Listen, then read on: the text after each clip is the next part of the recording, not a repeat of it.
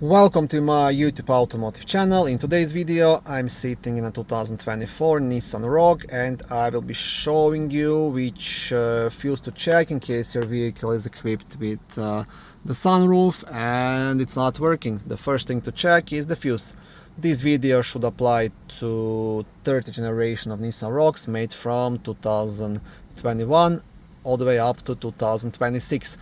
Also, if this video was helpful, please consider supporting the channel by liking the videos, subscribing to the channel, or becoming a channel member.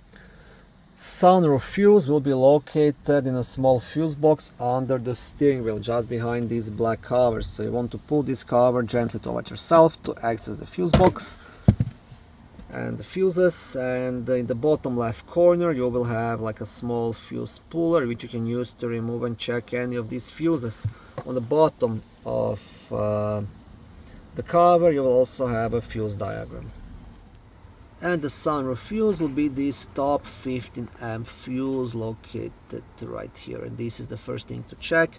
Now in case this fuse is good, then next thing is to test the power sunroof switch, check the wiring, electrical connections, and then in the end the motor. But most likely, at least from my experience, this fuse is the issue. Thank you for watching this video. I hope it was helpful and educational. If it was, please like it and consider subscribing to my YouTube automotive channel. On my channel there is lots of how-to videos, do-it-yourself videos, car reviews, product reviews, and other similar automotive topics.